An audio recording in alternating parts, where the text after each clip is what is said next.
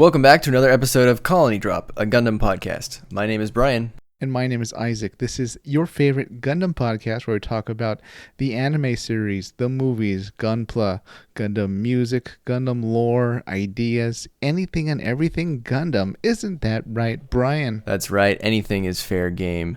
And today's topic, Isaac, is something we've not done before. We're going to talk about a compilation movie that was recently made available on the official Gundam YouTube channel, which for anyone who doesn't know is Gundam Info on YouTube, so you should go subscribe. Yeah, check it out. And what is that movie, Isaac?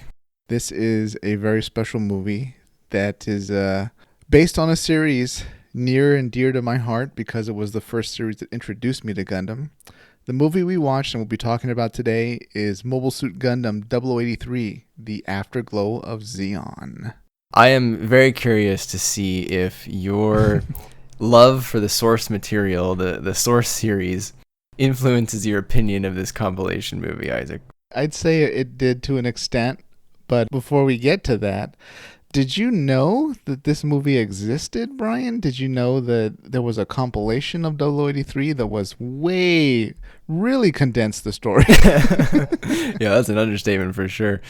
Yeah. I did know it existed, but I also didn't. And the reason I say that is because the movie that's on YouTube is, as you said, called The Afterglow of Zeon. I knew it by its original name, The Last Blitz of Zeon. So some of you may have read, if you've been a fan of Gundam for a long time and you're on the internet for years and years reading about things, you may have seen something called The Last Blitz of Zeon, and that's what this is. So yes, what's going on here is basically this is a compilation film of the 13-episode OVA series called Mobile Suit Gundam 0083 Stardust Memory.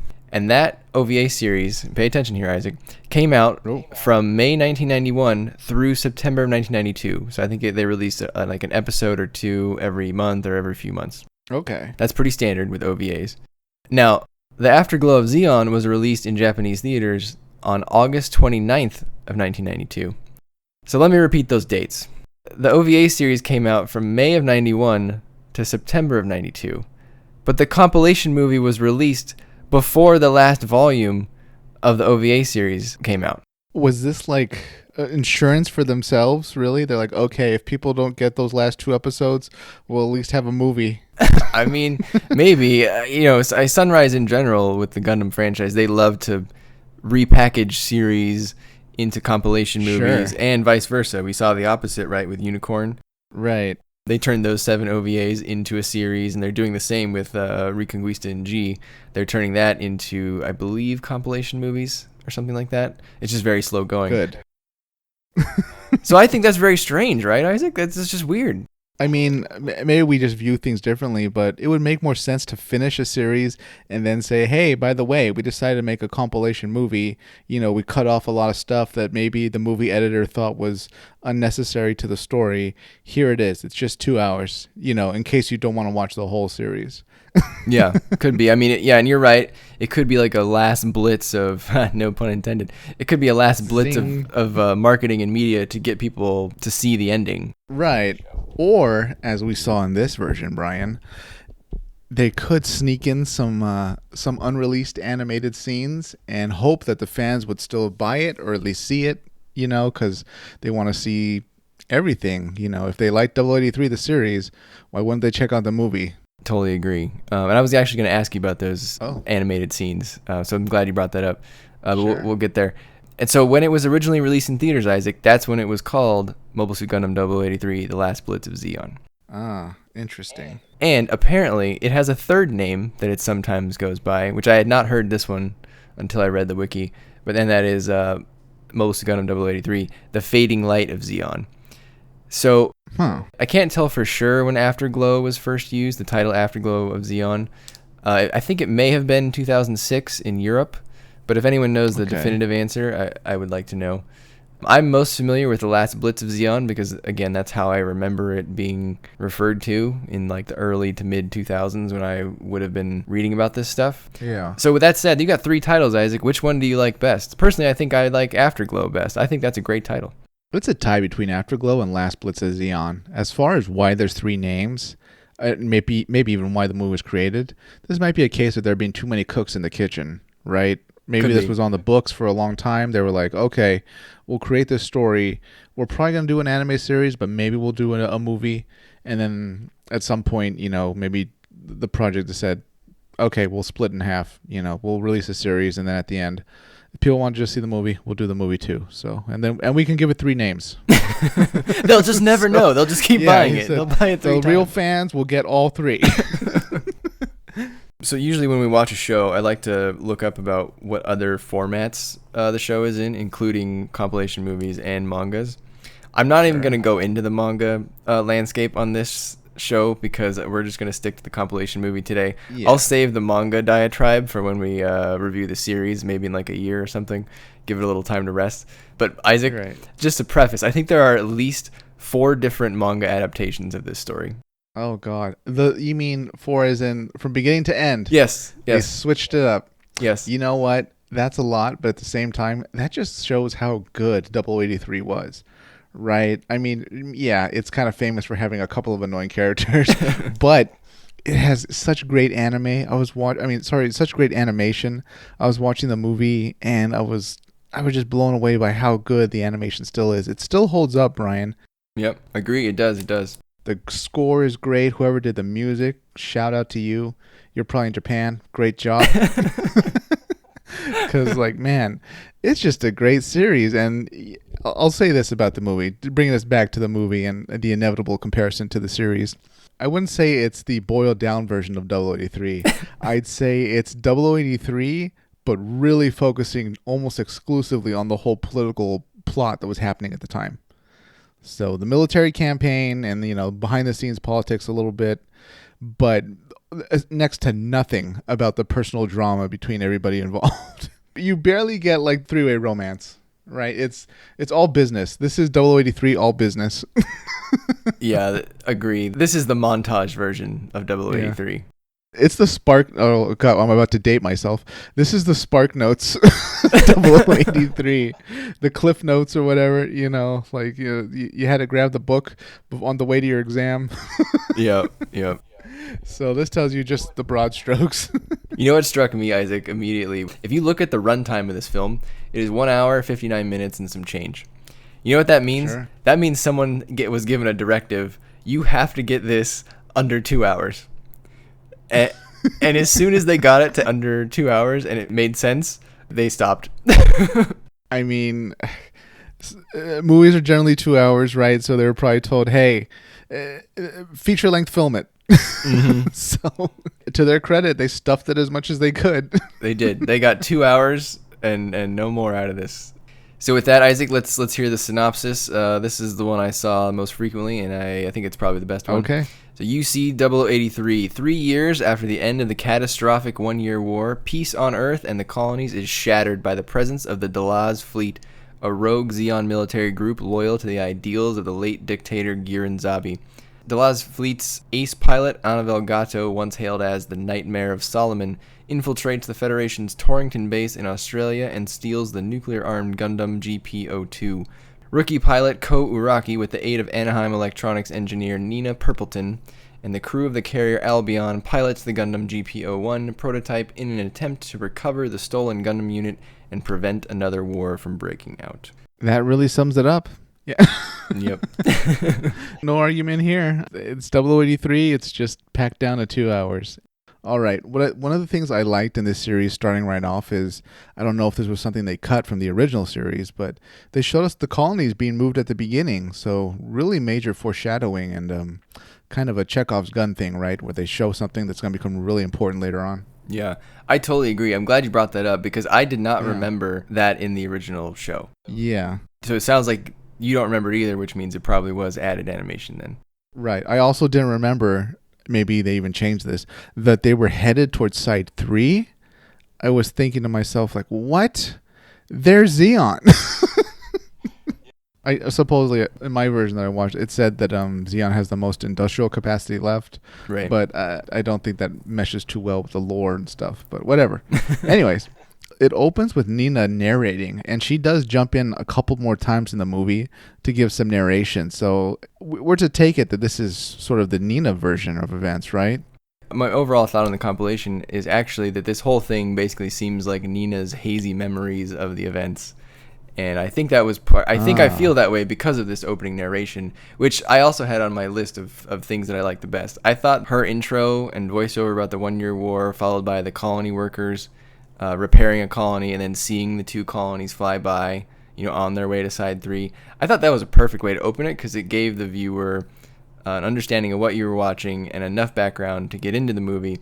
And then one of my favorite parts of the movie is very simple, Isaac. But right after that explanation, right after you see the colonies, it goes dark for a little bit. You get some text. And then we go back to space, and the first thing you hear, you don't even know who Delaz is yet. But Delaz says, "For 3 long years, we have waited." And then, boom, the title screen, Afterglow of Zeon. I thought that was perfect because, again, at this point, you don't know who Delaz is. But based on what he just said, you know he's about to come at you, and he's about to come at you fast.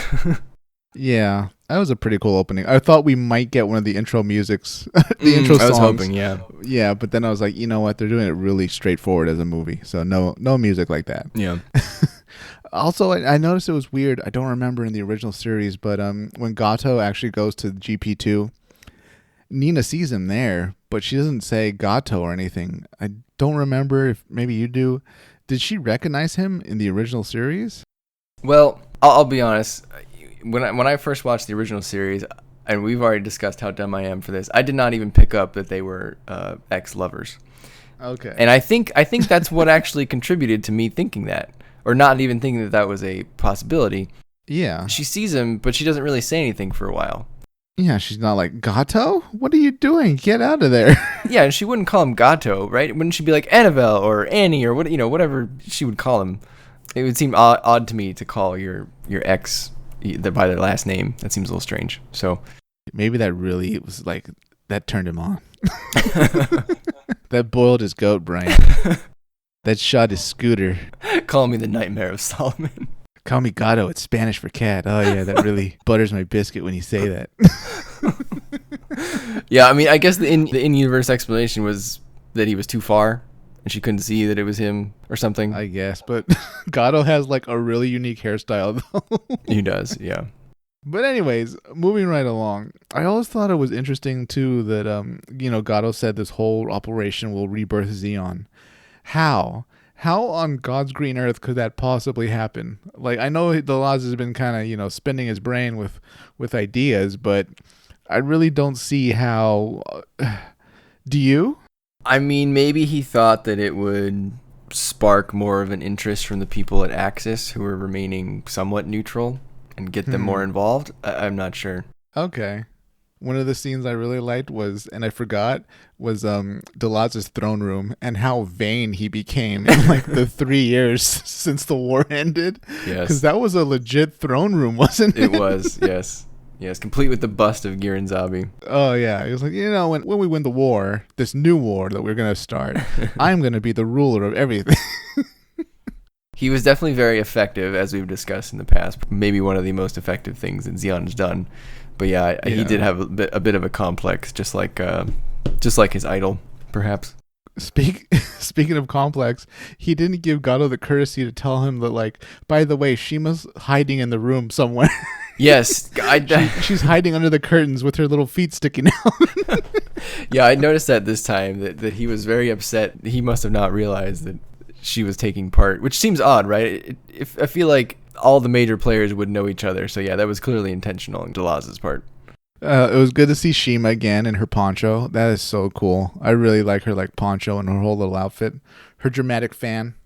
Yes, she has to have her fan. And also, what's more dramatic, her poncho and fan, or the fact that she makes some of her male crewmen not wear undershirts and have really deep V-neck uniforms? I'm going to say her own outfit, because if she's walking around with a fan and a poncho, she probably told her troops, you know what, the war's over. Just dress however you want when we're actually doing things. Because she has the fan, I have to ask this question. Do you think that some of her male crewmen have the deep V-neck uniforms with no undershirts because it's like they're her harem? Oh, wow. Oh, so she gets... Or is it because it's really hot on her ship, which is also the reason why she has the fan? That's true. Oh, maybe like their HVAC system was damaged at one point and they never really fixed it because they never returned to port. Yeah. So like everybody's just wearing like one layer. You know, you're allowed to pop your buttons and stuff like that. And some of the crew were just like, F it, I'm just going to cut it out. But she knows her she knows her poncho looks really cool, so she refuses not to wear it. It's got to be sweaty in that thing, right? Yeah, she's like, you know what? I'm just gonna fan myself so I can look amazing. I thought you were gonna say, oh, you know, she likes her crew to kind of show some skin, and when she gets hot and bothered, she just opens up the fan and brings herself back to her senses. That, or they're just at her beck and call when she needs them.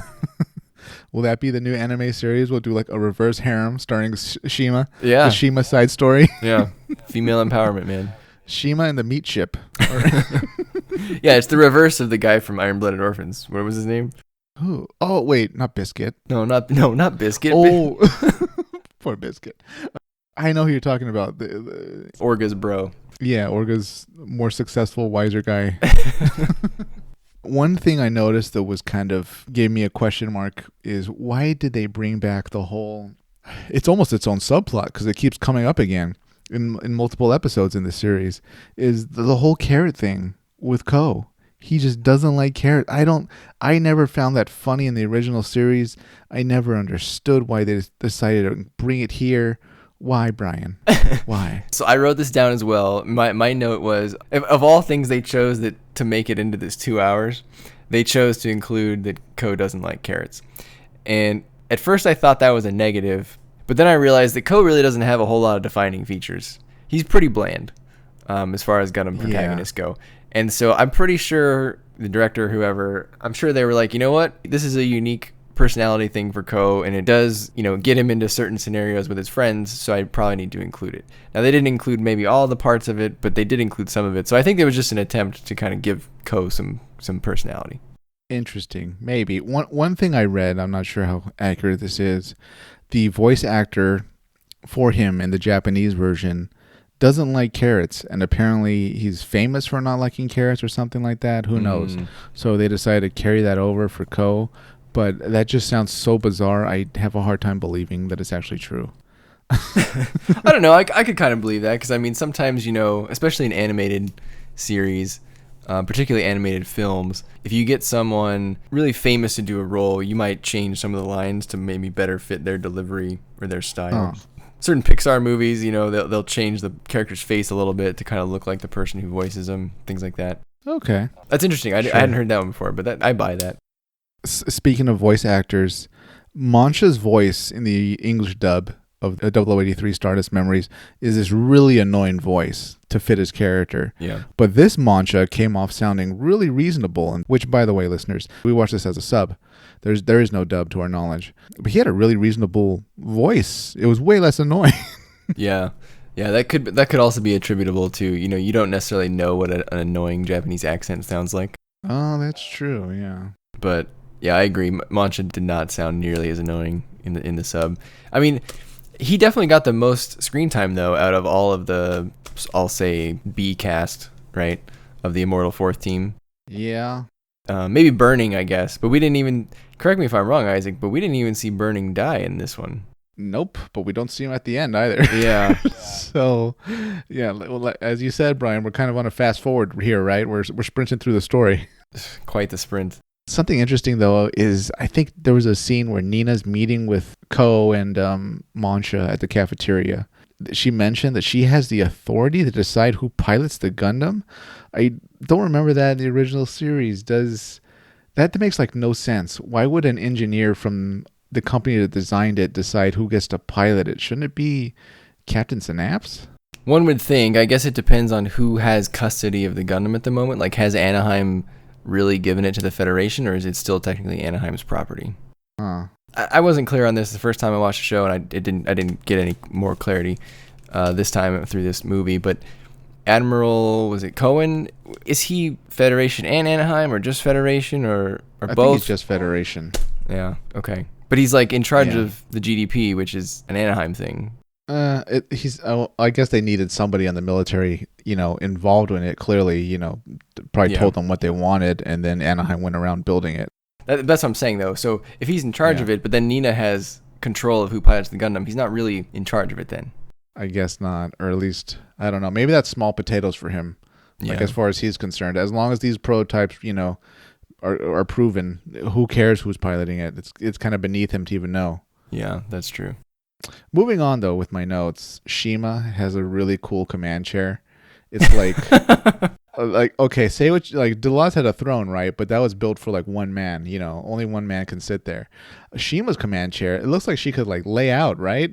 Again, that's what I'm telling you, man. Those men are at her beck and call. I'm just saying.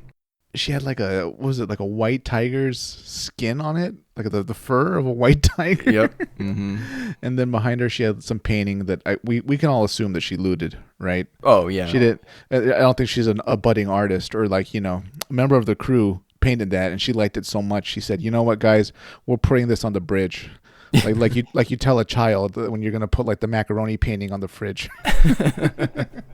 Particularly with her, to what has happened to her in the past, I think looting the painting would probably make sense. Why not? But Shima's so cool. She's such a good pilot. One of the best scenes I've seen. Maybe it's like a wallpaper appropriate screenshot. It's when Shima is her fleet goes down to their first fight, and she's in a Gelgu, and she like lands on top of the bridge of a Salamis and shoots down into it and explodes. I always thought that was such a cool image. That was a great scene. Yeah. God, they're never going to put guns on top of the bridge of a Salamis. No matter how many times that happens. It's like, we can't fix a good design. I don't know. And then there's a scene where Shima's fighting Ko. She switches to using her forearm guns. Was she just toying with him, you think? Or did she like legit run out of ammo? Could have been both. I do remember what you're talking about. It could have been, that maybe her rifle was overheated or something. That scene was really interesting given that the GP1 took a lot of abuse in that scene. Like, Ko was dead to rights.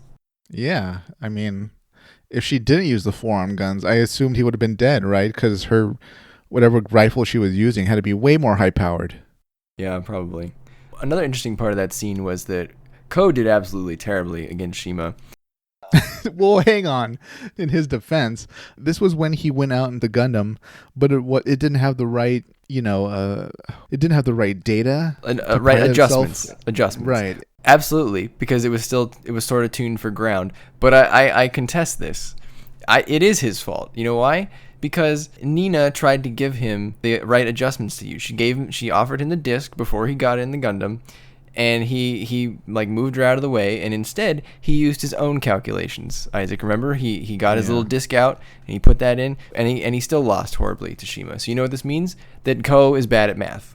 Probably. I mean, in his defense, he's a test pilot. He's not an engineer. Right, but he should know that he's not the guy that should be adjusting the Gundam. True. And for it, he almost died. He got beat up bad. He did. This is on my list of negatives about the film, things that I liked the least. And it's just Ko in general, because him and Nina's relationship is already very iffy at best in the full length series. So all the compression, all the pacing issues in this compilation movie just makes the Ko Nina relationship that much worse. Say what you will about the series overall, but I think you wouldn't find that many fans defending Ko and Nina as characters. And more to the point, they never came back. In any form. Yeah, that's true. Right after this scene happens, though, and the little skirmish with the Shima fleet's done, it cuts to Snaps talking to, I think, Cohen, or at least members of the Federation leadership, and they say that they can't send in more ships to search out the shoal zone for Delaz and Shima and whoever else is out there. Did you take that or assume that meant that at this point the Federation conspirators and the high levels of it, they were already cutting off the Albion at the knees? They didn't want them actually finding Shima or the Delaz fleet. They gave them like 2 ships, if you remember. Yeah, I mean, I get that's interesting. The guy's explanation for it was that they're just underestimating Unit 2. So you're saying that you don't really think it was an underestimation, that it was more purposeful than it was underestimation. Maybe some mix of both, but more conspiratorial. Yeah, because everyone in the Federation that's part of the conspiracy, they don't want Shima damaged or hurt or defeated. They still need her fleet. They're their spies, Yeah, that's true. taking a step back, it really doesn't make a whole lot of sense to not commit resources to go look for the stolen nuclear Gundam that can take out your whole fleet. So, Right. yeah, something's definitely wrong with that. After this part, though, the story takes us to Luna, where the Albion gets to land and spend some time. And I forgot how good Luna was at simulating night and day, because it essentially looks like Earth in a lot of scenes, right? Mm. There's a scene where Ko wakes up in a bed, and it looks like it's daylight outside, like he's somewhere on Earth. Yep. There's a scene where it's nighttime, and it looks like night on Earth. Yep. You know, so I'm glad we got to see so many good snippets of Luna in this series and in the original 0083. Yeah, I agree, because we don't have a lot of Luna stuff in modern animation. Yeah. There is some in like Zeta, Double Zeta, I think. Right. But, it doesn't look as nice as the 0083 stuff. Have we revisited Luna in anything? Not really. Was it in Unicorn at all? I don't remember. Not too much, No. right? If it was. Origin a little bit. Origin, yeah, with the Cassilia parts. That's about it recently, though. What was interesting, too, was that I guess space isn't at a premium on Luna, because if you remember, Kelly has like a massive junkyard at his disposal. Like, this junkyard was multiple football fields. Yeah, it's quite the hangar because it stores his... Oh, yes. His Valvaro, his secret mobile armor, which we never see fight in this movie. He just works on it. Yes, this is one of my biggest complaints. I don't understand. Yeah. So I do understand why they included it, but it doesn't make sense that they cut it off. And okay, let me take a step back. No, you're right. They included this part with Kelly to further Ko's character, because this is when he like really makes up his mind to be a pilot and basically stop being a wuss. And they have to have that for his character because, again, they're not dealing with a whole lot of material on his character. But then they never show him fight it. That's what makes it weird. Like, first of all, the introduction to Kelly is strange because that's already rushed compared to the series. And then he's just abruptly kind of gone, and he helps this dude fix his mobile armor, and then that's it. He's like, yeah, kid, I'm gonna race it. I'm a racer. I use a mobile armor. I'm gonna go in the Luna Grand Prix. No, that's not a weapon. like Ko, what is he gonna do with it? Yeah, I mean, if you had a neighbor and he's a nice guy, and sometimes you help him work on like his Abrams tank, you wouldn't think, oh yeah, there's no harm. You'd think, oh my God, this man has like a tank here in the suburbs. There can be almost nothing good about this. How did he even get it in there? Yeah, I was wondering. We never got that backstory, right? I was trying to think, okay, was it assigned to Kelly and he landed it on Luna at the end of the war? Was it at Granada and it just never got deployed into combat because the war ended? Did he find it in the junkyard? I mean, a lot of unanswered questions about the Valvaro, which is arguably one of the most powerful mobile armors we see. Yeah, I don't know. And then it's just weird because you show it to the audience and then you don't get to see it fight in this film. So, I mean, I get they cut that part out because of time. You know, if I was doing this from scratch, Isaac, I probably would have just cut that whole part. Yeah, because missing out on that great fight was almost a crime in itself. That's a pretty big part of 0083. You should have gotten rid of the Valvaro fight. Yeah, I don't know what I would have took out in its place, but yeah, you either cut it out or show the whole thing. It was weird showing half of it and then not showing the Valvaro fight, but so it goes. Adding to the confusion, though, there's a scene where Kelly gets to see a message from Gato, and Gato's like welcoming him, and hey, can't wait for you to join us. This thing's getting started. Kelly's like drinking heavily, and he looks furious. I didn't understand why, though. I think he was more mad because that was the point in the original series where Cima told him, thanks for fixing it. We're going to take it. You're not going to pilot it. You have one arm, Yeah, well, that could be one of those things where maybe they couldn't change the animation because that's what it was, and they had to just edit around it. You know what? Gato really should have put his foot down when Cima was involved if he knew she would be the one going to talk to Kelly. Right. He probably, I don't know. Well, maybe he thinks Kelly still has two arms or something. I don't know. But if he knew Kelly had one arm, Shima's the last person who should deliver bad news to anybody. She's gonna be so sassy about it. No wonder Kelly started drinking.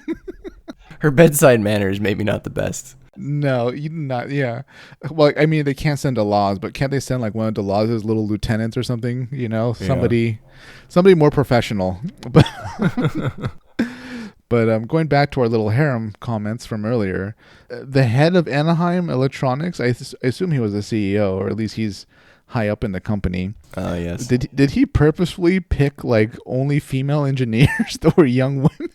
That's a good point. Because like Nina and like all her friends and colleagues, they're all like women of the same age, if you noticed. Yeah, that's an interesting point. Is he some lecherous executive? He's got his own harem side story too. It's it's Anaheim Electronics, the hidden files. Oh, jeez. The Me Too files. The Me Too files. And at first I was like, I wrote in my notes, oh, all Anaheim Electronics only has young women engineers. And then they have that scene where Nina talks to her family friend that was like, well, I put you on that ship and I should probably do a favor to your parents and transfer you off it. But he ended up being a man. He wasn't one of the young women. So I guess not everybody in engineering, but just their, maybe she was part of like, I don't know, the graduating all-female class of some private university or something. Yeah, maybe they have some sort of feeder school and there just happens to be a lot of females enrolled or something, or maybe a lot of the men are out fighting the war. There's no war. Well, I mean, maybe they were at the time that her class was in session, and then she graduated. And now those men are going back, and I don't know. Actually, no. The explanation for this is that like Luna University, their STEM program for women is like the best in the Earth sphere. That's the only explanation. That CEO though, didn't he get killed at the end? Yeah, he blows his own brains out. Yeah. Which, I'll get to that, but I was thinking to myself, what did he get out of this deal with the Cima fleet, with the laws? Because to an extent, it went flawless, right? Like, I mean, he did everything he had to do. So I actually thought that they killed him. Oh, the conspirators, you think? The Federation? Didn't want the leak. Oh, he decided to blow his brains out. Yeah. That was how I took it. I didn't consider that he killed himself, but I guess that could be too. That's actually a better explanation. That makes perfect sense then, because they wanted to tie up all the loose ends, right? Right. Yeah. Okay, you got that. This series is also famous, at least for me, for having a scene where Gato has his hair loose, and he looks exactly like Char. He does. And it drove me nuts the first time I saw this series, or at least a rewatch. And I was like, oh my God, I forgot Char shows up. And then like he's talking and Karius walks in, and I'm like, all right, that's actually Gato. What also is confusing about that scene is in that scene his hair is colored blonde. Yeah, he's in like... Yeah, whereas all other scenes it's really just like silver or white. He's in like the Moose-Eyes greenhouse or something? Yeah. I don't know. Yeah, but anyways, it's at this scene, or at this part of the story, where we're getting closer to the actual attack on Solomon by Gato and the Unit 2 with the nuke. And this Federation Admiral... he really loves tea, because he asked for tea twice in this movie. First when they're actually at Solomon, right? They bring him some tea and stuff. He's in the command center. Then they actually go to the battleship Birmingham, and he asks for tea again. Is that to drive home that the Federation are a bunch of tea drinking, out of touch, rich people? Apparently, because at Zeon we have iced coffee. As cold as our hearts. I forgot the Draw C had a beam saber. On the one hand, why would you give a beam saber to a Draw C? On the other hand, it's so weak anyways. Yeah, you should probably sacrifice the resources to give it a beam saber. Yeah, I forgot how cool the Draw C's mono eye was. Yeah, they really went all out to make sure it could look anywhere. Yeah, up, above, back, around. It was great. I liked that a lot. Yeah, and at Solomon, I forgot during the narrow review that they thought it would be just brilliant, Brian, to have the crew of each of the ships standing on top of their actual ship, saluting the Birmingham, right before the nuke goes off. Yeah, I had two thoughts about that. One, what a painful death, given that you're outside the ship. Yeah. Maybe it's even quicker. I'm not sure. And two, on the list of good ideas, yeah, that is not on there. That is on the list of bad ideas. Right. Yeah. And I mean, you raised a good point there. Maybe they died faster, painlessly. On the other hand, I can't think that at a certain range, you wished you were inside your ship. Yeah, I mean, some of the ships survived, right? Yeah, because if you were inside the ship, you could have lived, you wouldn't be burned at all or not hurt at all. If you're on the surface and that went off at a certain range, you're going to be ruined for life. Yeah, you're toast. Yeah, so a few things about the nuke, Isaac. One, you'll notice that back when Gato stole Unit 2, Nina had just finished loading the warhead. Right. Why did she even load it? I know she has to load it for the plot to work, but like, what is the in-universe explanation for loading the warhead? That's a good question. I'm trying to think, like, were they going to test it at Torrington? Oh, think about it. They're in Australia, right? It's been depopulated because of the colony drop.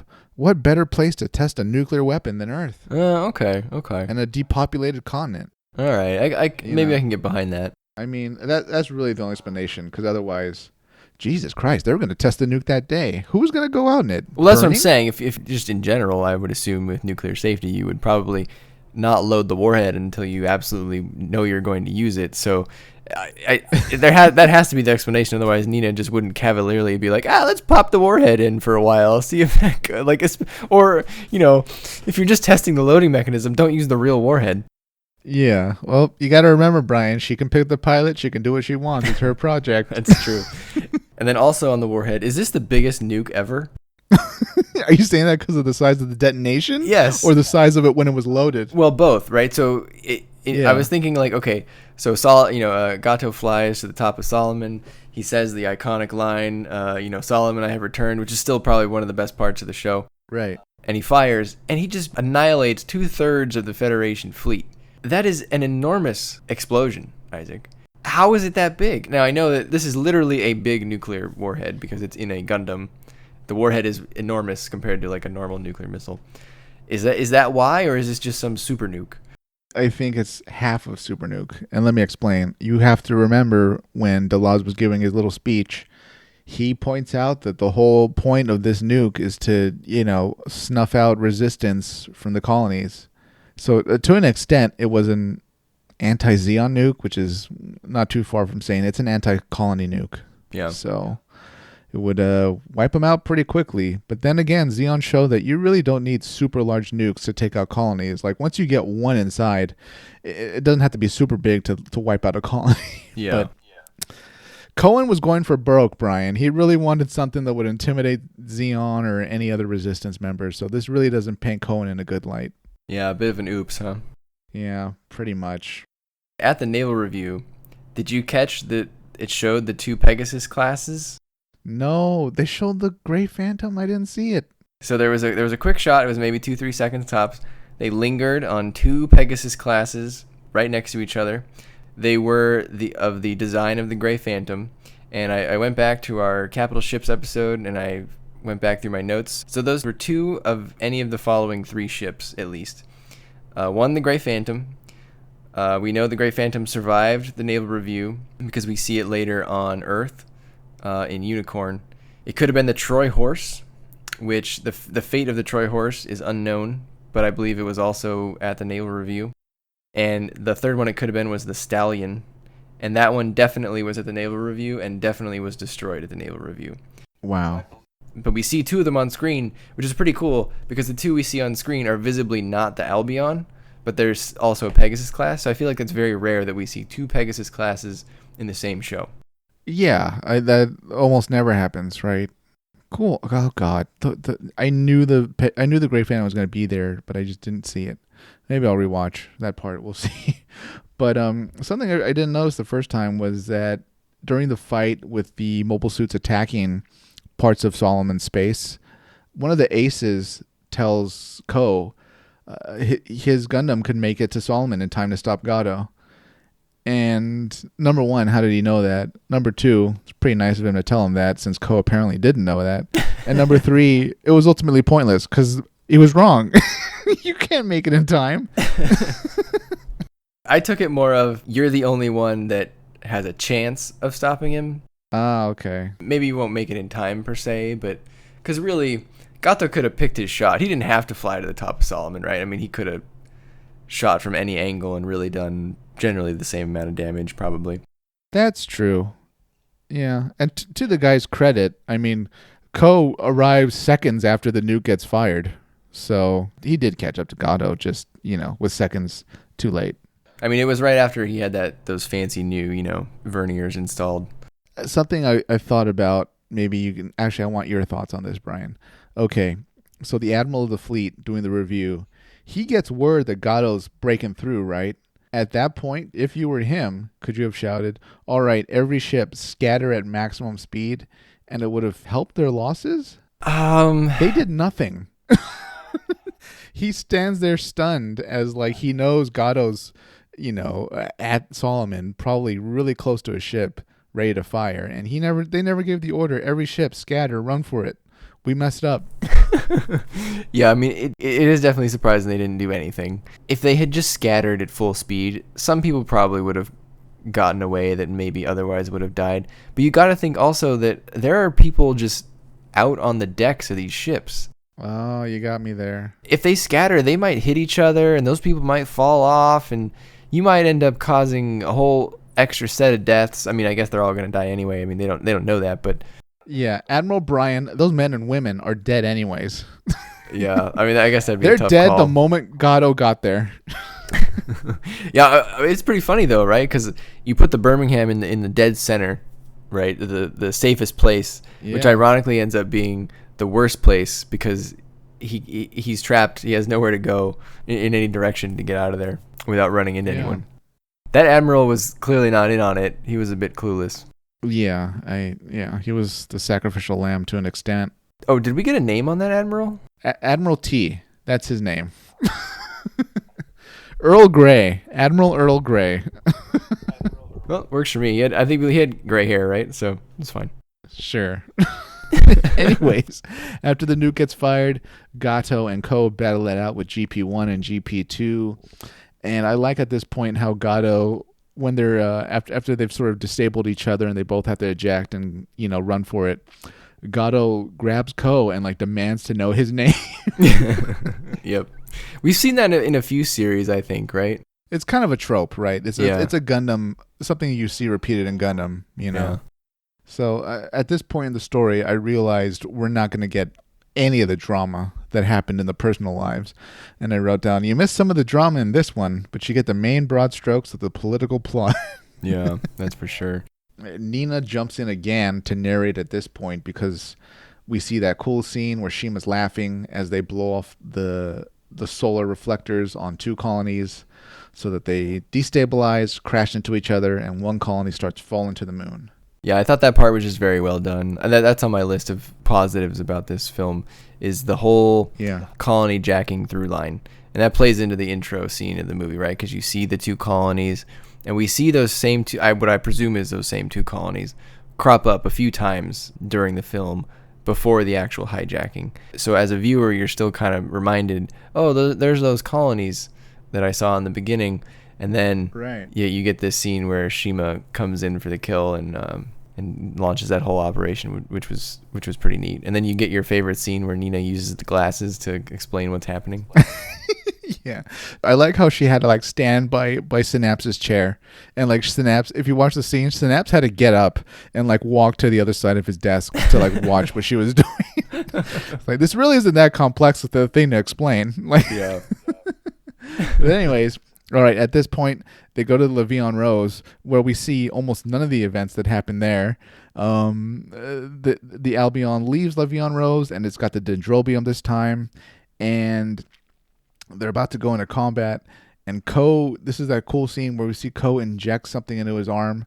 I think we've seen it in a lot of other series where pilots, maybe in some downtime or if they've been fighting, they inject something into their arm. What do you think that is, Brian? Some kind of stimulant, amphetamines. Of course. Probably the same thing that Guineas was giving his men in 8th MS team to get him to finish the Obsolus. Something tells me this is far more benign. The Dendrobium starts battling it out with the new mobile armor that Gato received from the Axis fleet, the Neue Zeal, which is maybe the best mobile armor Zeon ever had. Oh, that's a great scene because Gato has one of the best lines in the show. He looks at it and he's just blown away, Isaac, at the beauty of the Neue Zeal, just as you are. And he says something like, "It's as if the ideals of Zeon have taken form." I mean, it's probably the best looking mobile armor in any Gundam series. Yeah? Yeah, I'll stand by that. You had to convince yourself. I can tell it took a lot of convincing. Yeah, I was running through the mobile armors. I was like, what about the ones from Unicorn? I was like, you know what? At a certain point, they get too big. But but yes, best mobile armor ever, the Neue Zeal. What was interesting, though, in this fight with Ko in the Dendrobium was that one of the Doms flies up to Gato, if you remember, and says, I think he says, like, are you doing okay, Commander? Like, your beams can't hit him. And I thought about that, and I was like, oh, Was that Carius? no, because No, it wasn't. Okay. no, because this was an older guy, and he dies like right after, like Ko hits him with a missile. Oh, that's right. But anyways, I thought about that, and I was like, holy shit, that guy's right, because the Neue Zeal, unless it's using its claws as weapons, Right. it really only has beams, Yeah. so it can't get through the Dendrobium's eye field. But the Dendrobium, which it's got its own eye field too, and can protect itself from Gato's blasts. It has all kinds of physical weapons like rockets and missiles and things like that. So I think this might be a case where the Federation out-engineered Zeon.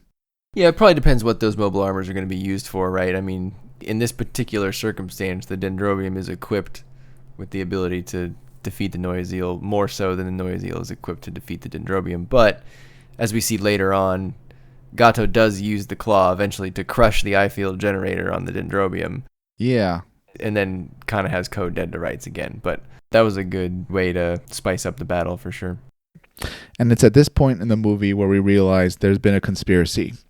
Members of the Federation military have been working with Cima. Cima quickly turns on Delaz, takes his capital ship, the Guazine, kills all his crew except him, and it looks like they're given orders to stand down. The Federation's probably going to mop them up or at least arrest them all, and then that'll be a wrap on the mission. Also, they set up a solar system. I'm trying to figure out what was the ideal sequence of events for the Federation conspirators. Were they gonna pump the brakes on the colony and then just have it sit while they cook it with the solar system, and then they can announce the creation of the Titans? I don't know. What do you think, Brian? Yeah, I mean, I think the ideal scenario would have been that the colony didn't fall, right? That they could have stopped it. But I mean, beyond the colony falling, I still think they got pretty much what they wanted, right? The colony falling made no difference because they formed the Titans anyway. Right. It just gave them more ammo to form the Titans. It just foreshadowed, though, how incompetent they ultimately would be, though. Yeah, that's true. This part also had one of the funniest lines. It's right before Cima kills Delaz. Admiral Cohen even admires the colony drop, and he admits that it's a fine colony drop. Like, he says it out loud, and I just thought was hilarious. That even he knows that the Federation really effed this one up. I mean, yeah, it was pretty brilliant, though. Yeah, he says something like, "This is a fine colony drop that incorporates the lessons from the 1 Year War." It's bad when you're complimenting the enemy on their novel strategies. One of the coolest scenes in this movie is when the Dendrobium whips out like a massive beam saber, and it like goes through a Musai's bridge and decapitates it. I always thought that was a really cool scene. Even though I don't like the Federation too much, that was pretty awesome. Yeah, for those of you who've never watched 083, who don't know what the Dendrobium is, and maybe you're a Gundam Seed fan because that's a little more modern, the Dendrobium is basically the meteor units before the meteor units.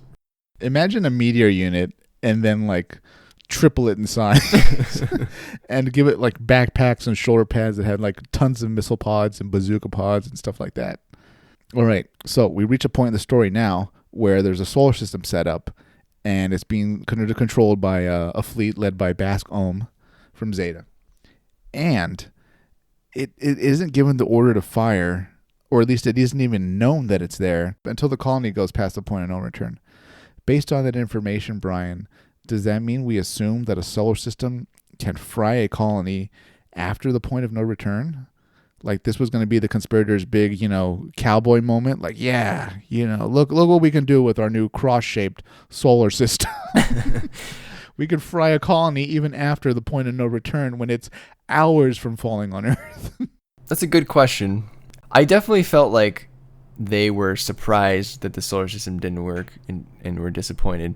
So, yeah, I think they thought it was going to work. Unless I'm misreading the situation.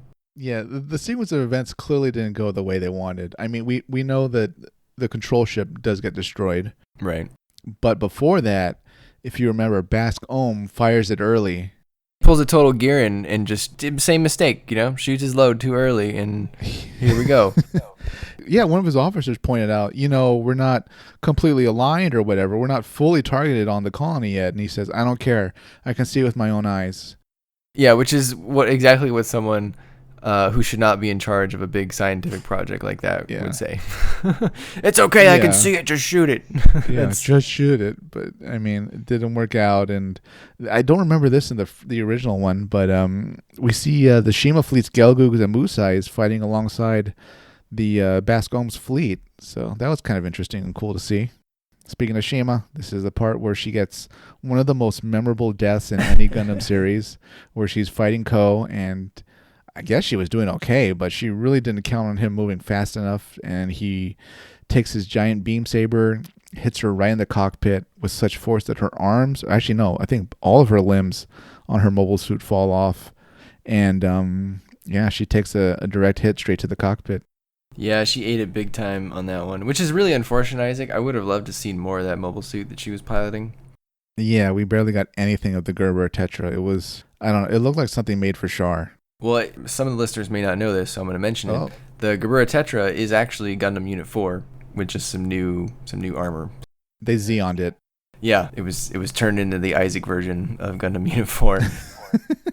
You can go look up what the Gundam version of Unit 4 would look like. And it looks pretty cool. And the Gebura Tetra looks pretty cool as well. So I wish we had got, even 30 more seconds of that. I've always wondered why they didn't animate more of that. Yeah, I'm running out of time, I guess, in the story or something, right? They had a few episodes left, and that was it. How much time can we devote to the sub-villain's mobile suit? I would have liked it if she had a, tiger upholstery on her chair, on her cockpit chair as well. Oh, that would have been so cool. Or maybe her flight suit, right? Yeah. Something like that. Like Andrew Waltfield. That's what I thought of, too. At this point in the story, Gato heads towards the control center of the colony. He's going to reprogram it, make sure it lands on North America. But guess who's there for him? It's Nina. And at this point in this story, the movie, it felt like this is the first time you get the revelation that they know each other. Maybe you suspected it before, I'm not really sure. But yeah, this is when they would have confirmed it at sort of the very end. Yeah, so I felt like that was an interesting twist to throw in if this was your only exposure to 0083. Not a bad choice. Pretty interesting. I also forgot that Ko shoots Gato. I forgot for the rest of his life and the rest of the movie, Gato fought wounded. I completely forgot that he took a bullet to the side. Yeah, I mean, overall, Gato didn't really get beat in this show, I'll say fair and square, right? Because his Neue Ziel took damage from the solar system, which he did a number on by himself. And then, he gets shot by Ko, kind of not even really looking. So that's a bit unfair. I put in my notes, what was the point of shooting the solar system twice? And then I realized, if you're Bask Om, shooting the solar system is its own point. Who cares? Who cares if essentially the operation's over and, you can probably mop up what's left of Zeon with a couple of gyms or whatever. At the end of the series, though, as the colony's falling, we cut back to Cohen, and he's on Earth looking up at the sky. The colony's blue hot. It's so hot it turned blue. And he says something really interesting. He says, by this blow, history is changed. I don't really grasp what that means, Brian. Do you have any thoughts on that? I thought it was referring to the fact that he knew this would give rise to the Titans. Huh. Interesting. Because I would say that Cohen is clearly not one that would be a Titan. No. If Jalantov points a gun at you, I don't think you'll be invited to the Titans' first meeting. You've been voted off the island, right? Yeah, pretty much. And speaking of the colony, though, one thing the original series and this movie have in common that's a big mistake, I think, is we never see the colony land on North America, Brian. From the bridge of the Axis capital ship, the Axis flagship, we see that big spark of light, but it's such a wasted opportunity not to show us the colony actually landing at the end of the colony drop. I agree, and I didn't actually realize that, but you're right. I would chalk that up there with the same thing as not having enough time for the Gebura Tetra. Maybe they just ran out of time Maybe they, Yeah. they knew, okay, we get 13 episodes and we're at 13. Yeah, I guess I would have liked to seen that too. You could have taken away a few shots Carrots? of Ko doing something. The carrot scene?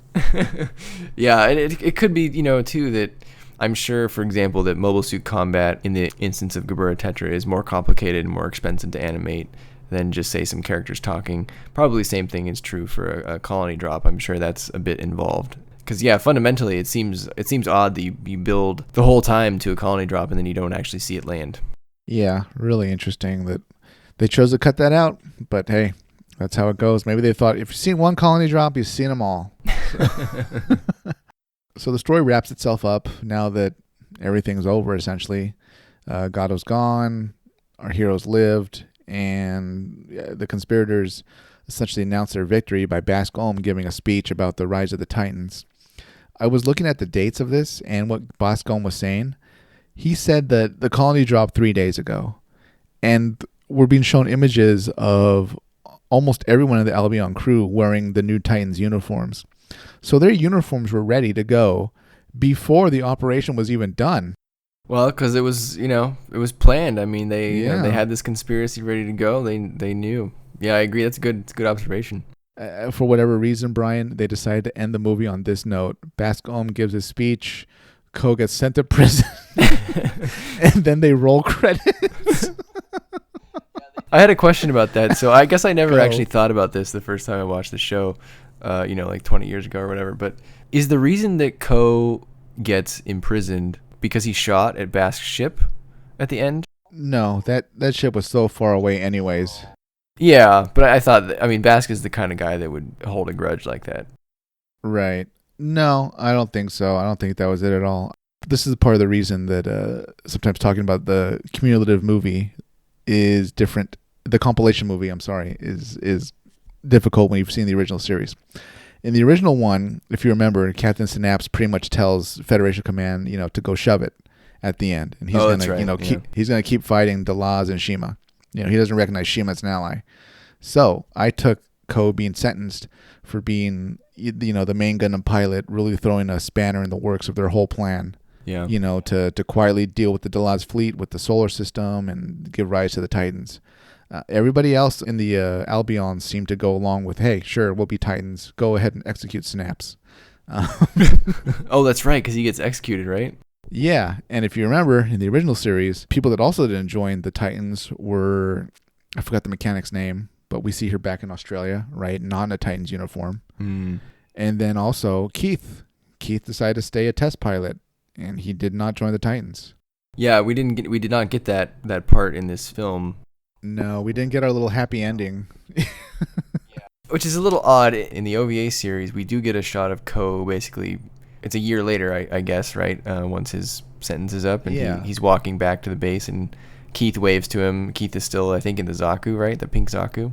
I think it was a khaki Zaku or desert Zaku, but it's got Keith's heart on it, and he gives a peace sign. Right, yeah. Does Ko see Nina in the original series at the end? Yes. He doesn't see her at this one. Nope. Ko goes to prison.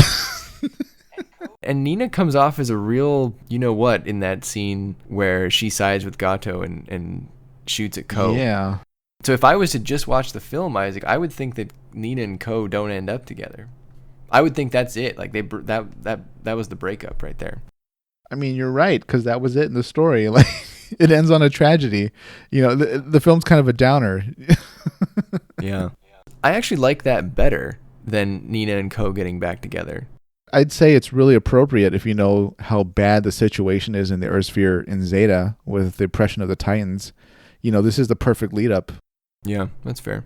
It works in that extent. If you have no attachment to Ko and Nina, you don't want to see them, happily ever after. Who cares if they meet each other in Australia? I just think it makes more sense. I wouldn't expect them to get back together after what happened on the colony with Gato. Yeah, they've been through a lot. She shot at him. Isn't that an end of a relationship if I've ever seen one? Yeah, I mean, and that came out of nowhere too in the story, right? It was such a surprise reveal that she cared for Gato. Oh, absolutely. It was a surprise in the full-length OVA series. It's even more of a surprise here. If you see it here, and like this was your first time seeing 0083, you would assume right at the end that Nina reveals herself as a spy almost. Yeah, or at least very sympathetic to Zeon, or yeah, Holy not only does she know him, but she has a gun too. right, yeah, a life canceller. A life cancel. The Anaheim Electronics Standard Issue life cancel. So that's 0083, Last Blitz of Zeon, aka the Afterglow of Zeon. It's a pretty unique compilation movie just because of the stuff that it's missing, the way it did things, and the speed that it moves. Overall, I'm glad I saw it. I think it's worth a watch if you enjoyed 0083 or if you saw 0083.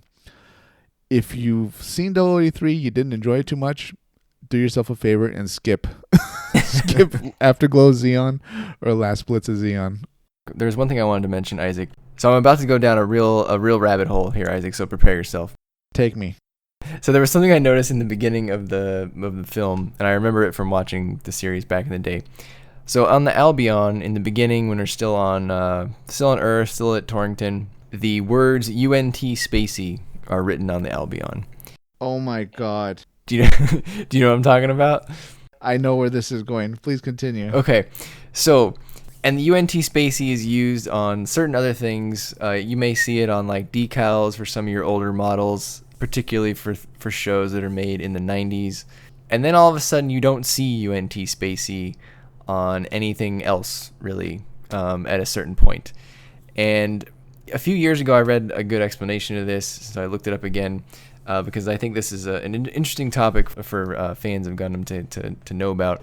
So what the wiki says is that since the franchise started in 79 through about 1998, all the Federation military stuff used UNT and then like Army or, Spacey for Space Force. And the UNT meant United Nations troops, as if the Earth Federation was some sort of natural evolution of the UN, which is interesting, right, Isaac? I think that's a fair assumption. They stopped using that name, though, in 1998, and obviously 0083 was made in, I think, 91, 92, so this is well within the time that UNT Spacey would have been around. This show is definitely... It has very detailed animation, so you're gonna see details like UNT Spacey written on things. I think it might even crop up in 0080 at some point as well. Whereas in like the original Gundam, Zeta, Double Zeta, the animation isn't quite as detailed to where you would see words scribbled on the Gundams, right? With like model numbers and stuff. I can't. I don't ever remember seeing that in like Zeta, for example. And so now it's weird because starting in 98 and beyond, they replaced UNT Spacey with EFF. So now that's why it's called EF Space Force. So EFSF. So now you see EFSF on everything. And that's probably what you're more used to seeing. And so it's well-known knowledge that they changed from UNT to EFSF or to the EFF. But I think they've never really given a real reason why. So I've read a bunch of different theories over the years. And one, they could have just changed it because they didn't like the name anymore. It's also possible that they changed it because the United Nations forced them to change it indirectly, because the United Nations, I think, has some clauses that say you cannot use their name either intentionally or unintentionally in a way that they don't approve of. So if you have this, very elaborate sci-fi franchise that's about wars and things, I'm sure the UN would not find it flattering that you were perhaps using their name with representatives like Bask Om or Jamatov. Right. So that could be a reason why Sunrise decided to change it too. Maybe they got flack from the UN, or they were worried from a legal perspective. Sued by the UN. Definitely not someone you want to be sued by. A third reason they could have changed it is that, there are two major mecha franchises, Isaac. There is Mobile Suit Gundam, and there is Macross, or Macross. I actually don't know how to say it. Macross. Yeah. So Macross uses very similar naming systems. Yes. I believe they have UN Spacey. Yes. And then that led me down to a rabbit hole, because in this show, the Gundam mecha designs were done by two people. GP03 and the Dendrobium were done by Hajime Kotoki, which probably everyone listening to this knows. He's still designs Gundams today. He's probably the premier Gundam designer of the last 20 years. And the other person who designed GPO1 and GPO2, as well as the Albion, Isaac, is the creator of Macross, Shoji Kawamori. He is probably one of the most prolific mecha designers in all of anime history. He designed the Outlaw Star, Isaac, one of our favorite shows. He was in the initial pitch meeting along with Shinichiro Watanabe for Cowboy Bebop. How cool is that? So this guy, he's responsible for a lot of mecha stuff. So it's possible that, he slapped on UNT Spacey onto the Albion, onto some of the GPO1. I think it's probably pops up on there, if not in the show, at least on the model somewhere on the GPO2, because he's used to using that in his own franchise. And the people that own Macross are very testy with the IP. There's been a few articles written recently about how the legal situation finally got resolved recently, and they're going to release in the West. They've never done that before, or at least certain of the series have never been over here in 20 something years, which is nuts. I mean, other companies are releasing all their anime all the time on there was a first release on DVDs and then on Blu-rays. This show's been absent over here for so long because they couldn't get the ownership stuff sorted out. So it's possible that Sunrise decided that they didn't want to have any similarities. So I just think that's a really interesting piece of Gundam, not really lore, just history. How on the old stuff you'll see UNT Spacey all the time, particularly in concept art, model art, and then at a certain year you just won't see it ever again. And that's why. So I think it's on the wiki. I've read this other places as well, that they've since supposedly retconned UNT to mean something so that they can have a plausible explanation in universe as to why it's not an error. So apparently it's supposed to mean now under normal tactical. You got to just take the L there, guys. I don't think you needed to do that. That's terrible. That's the Gundam acronym from Gundam Seed. Yeah, probably not the best acronym, but that said, very interesting. So it sounds like you've noticed UNT Spacey over the years, Isaac. We've never talked about that, listeners, by the way. No, I've never really noticed it. But the moment you mentioned UNT Spacey, actually, I thought, oh my God, it's the good guys in Macross Plus. Yep. So now we know that the creator, one of the designers, has been showering in a bit of his previous work. Trying to bridge the gap between Gundam and Macross, and who knows what the lore explanation is. Like you said, maybe once the Titans showed up, they said, that's all over. We're running the show now. We're going to name things EF, SF. Yeah. Well, unfortunately, I think it's also retroactive, so it's a little confusing. Anyway. Well, my notes on Last Blitz of Zeon, Afterglow of Zeon are all done. Anything you wanted to add or questions or thoughts? I did have a funny realization that Gato's nickname is the Nightmare of Solomon, right? But yeah. He wouldn't have had his nickname for very long, though, during the 1 year war, because the war ended a few days later. That's true. Maybe during the battle, people were like, look, it's... No, that doesn't make sense, right? The battle wasn't even that long. Okay, right. So he had his nickname. You're right. He had his nickname for a few days. It was passed around by Federation troops, right? Yeah. Unless his own troops, his own fellow pilots called him the Nightmare of Solomon. You're acting like a real nightmare out there, buddy. Keep it up. Yeah. One of my favorite lines from the film was when Code takes out the Gundam after his bad adjustments for space. He says something to the effect of, "I would never wreck it." And then he immediately goes out and wrecks it. So bad that I think Mancha mentions that the Luna crew has to work 24 hours to get it fixed. Yes. All right, Brian, hit us with the review and the scale of horrors on the basis of 10. I'm going to be pretty harsh here, Isaac. Oh, God. I'm going to give it a 4 out of 10. Wow. Let me defend myself here. So shots fired. So I think this film, the pacing is atrocious, Isaac. I would absolutely not recommend this film to anyone who has not already seen the 13-episode OVA series. You are not given a whole lot of why things are happening throughout. This is basically just a montage of 0083, compressed into 2 hours, trying to get to the 2-hour goal. Again, like I said earlier, the whole thing feels like Nina's hazy memory of the events. I will say the back half was better paced, and that was probably because either I got used to it, or that makes sense in the context that they released this before the last episode, came out, so I'm sure they placed more of an emphasis on the last fourth of the film. But I think if you were someone who's never watched Gundam before, or you've never seen 0083 before, if you watched this film, you would be very confused, and you would either never want to watch Gundam again, or you would not want to watch 0083 ever again. And that's a shame, because the actual 13-episode OVA series of 0083 is pretty damn good. The compression just kills it. It kills all, like you said, all character moments between Ko, Nina, Gato. The only real great character interaction that's left, or I felt that was really left, was the relationship between Ko and Keith. That one I actually believed the whole time.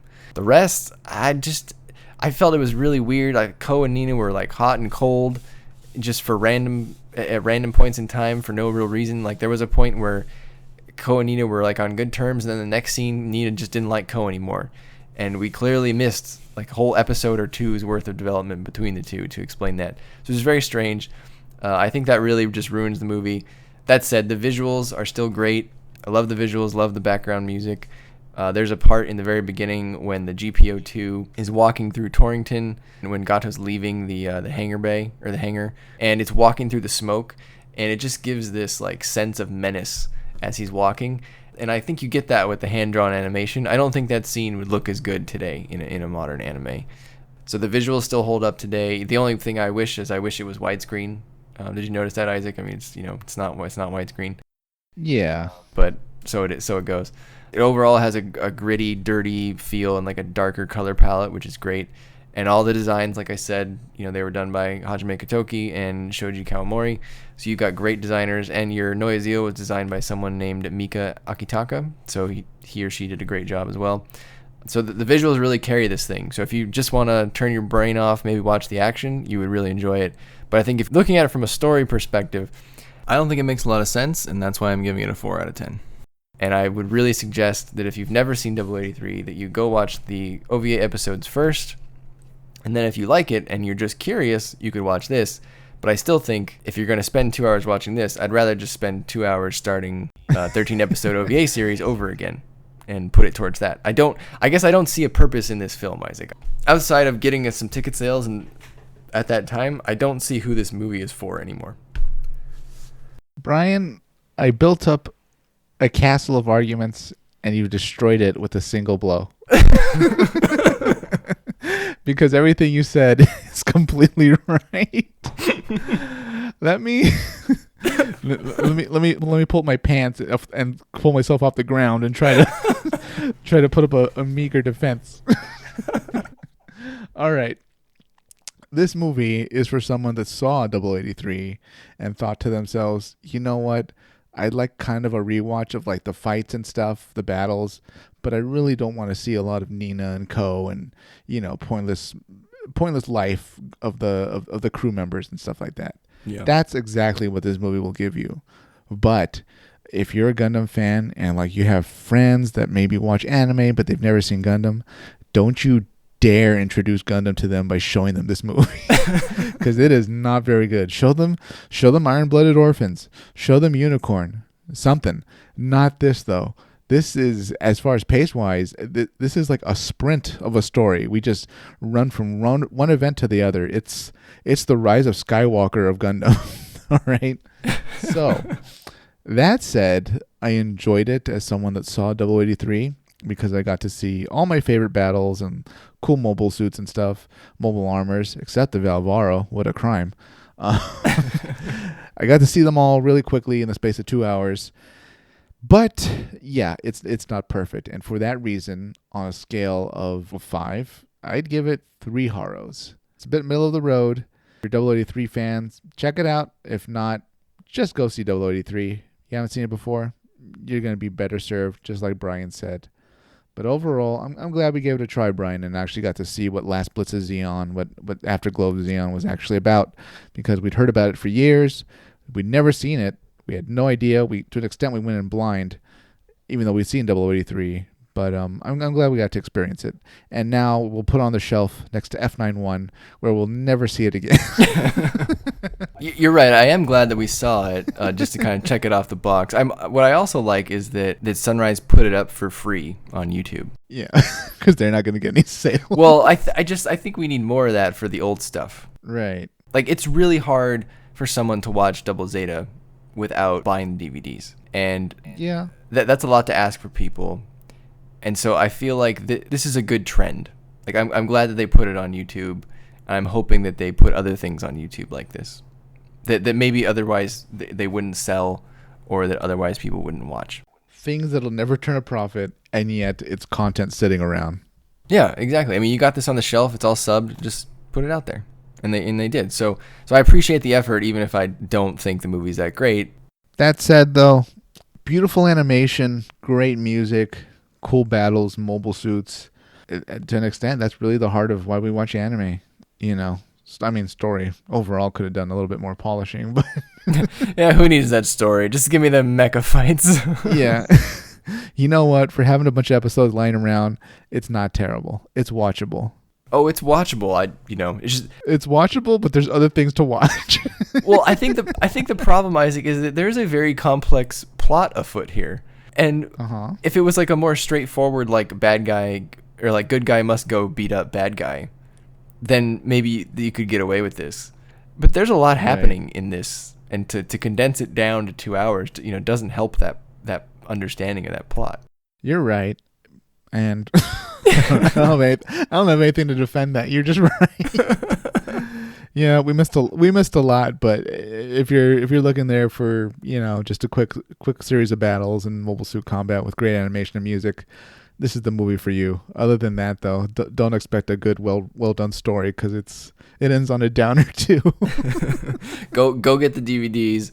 Watch the OVA series is my suggestion. Man, overall, I think both of our ratings, even though they're pretty different to an extent, they're both right in their own ways. Yeah. So this is my suggestion, Isaac. I don't want listeners to feel that 083 is a bad show. So I think we're gonna let it breathe for a while, and we'll come back and we'll watch the series. Yeah, that series is a great series, listeners. If you're on the fence about 083, go see the series. Don't see this. Watch the full series. You're gonna have a great time.